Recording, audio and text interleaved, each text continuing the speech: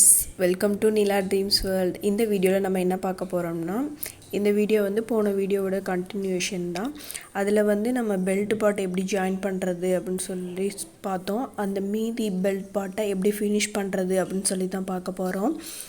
இப்போ வந்து பார்த்திங்கன்னா மேலே ஓர்னமெண்ட் அட்டாச் பண்ண பார்த்தீங்களா, இதில் வந்து 4 பீசஸ் வந்து நம்ம ரெடி பண்ணி வச்சுருந்தோம். இப்போ இந்த 4 பீசஸில் வந்து இன்னொரு பீஸ் எடுத்துகிட்டு அதே மாதிரியே நல்ல பக்கமும் ஒன்றா வர்ற மாதிரி வச்சு நம்ம ஜாயின் பண்ணணும். லைனிங் வந்து மேலே இருக்க மாதிரி, மெயின் ஃபேப்ரிக் கூட இருக்க மாதிரி வச்சு அட்டாச் பண்ண போகிறோம்.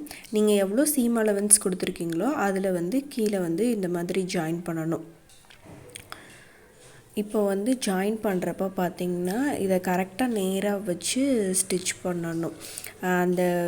இந்த பகுதி இருக்குது பார்த்திங்களா, நல்ல பெரிய பகுதி வந்து நம்ம ஹூக் மாட்டுற சைடும், சின்ன பகுதி வந்து நம்ம இடுப்பு பக்கட்டும் வரணும். நீங்கள் எவ்வளோ சீம் அலவன்ஸ் கொடுத்துருக்கீங்களோ அதில் ஸ்டிச் பண்ணுங்கள். அந்த அளவில் ஸ்டிச் பண்ணால் போதும்.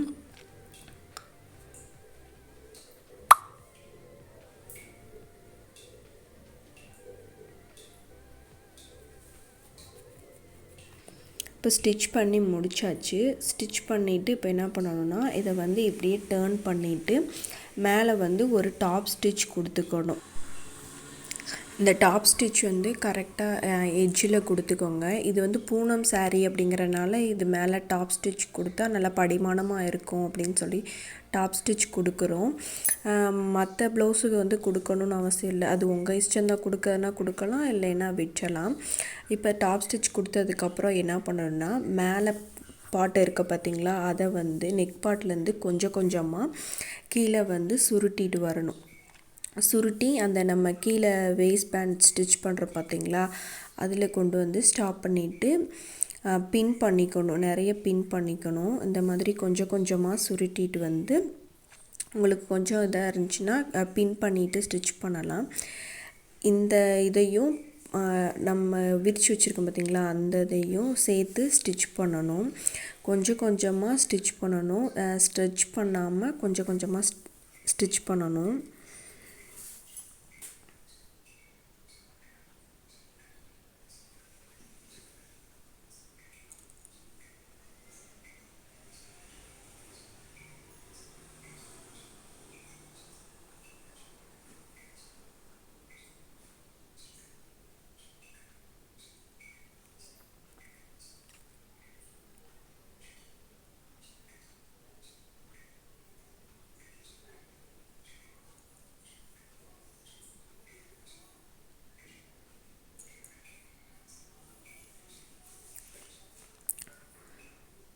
முன்னாடி வந்து எப்படி ஜாயின் பண்ணமோ அதே மாதிரியே 1 சென்டிமீட்டர் நீங்கள் எவ்வளோ சீம் அலவன்ஸ் கொடுத்துருக்கீங்களோ அதில் ஸ்டிச் பண்ணணும்.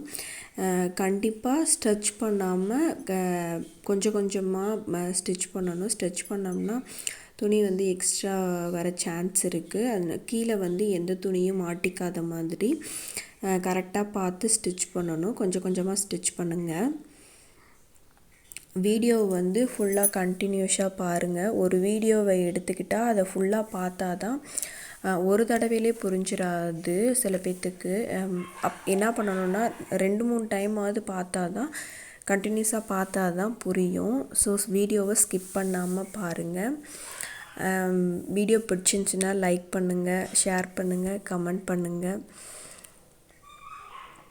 சேனலுக்கு மறக்காமல் சப்ஸ்கிரைப் பண்ணுங்கள். இப்போ வந்து ஸ்டிச் பண்ணி முடிச்சாச்சு. ஸ்டிச் பண்ணதுக்கப்புறம்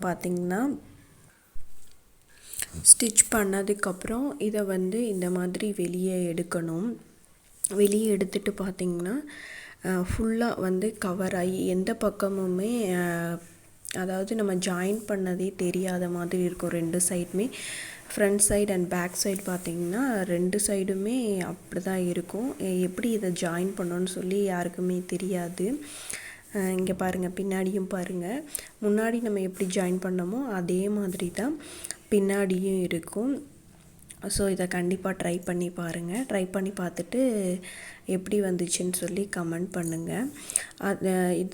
இதே மாதிரி நம்ம இன்னொரு டாப் ஸ்டிச் கொடுத்துக்கலாம். இதில் அகெயின் அதே மாதிரி தான் பூனம் சாரீன்றனால தான் மேலே வந்து டாப் ஸ்டிச் கொடுக்குறோம்.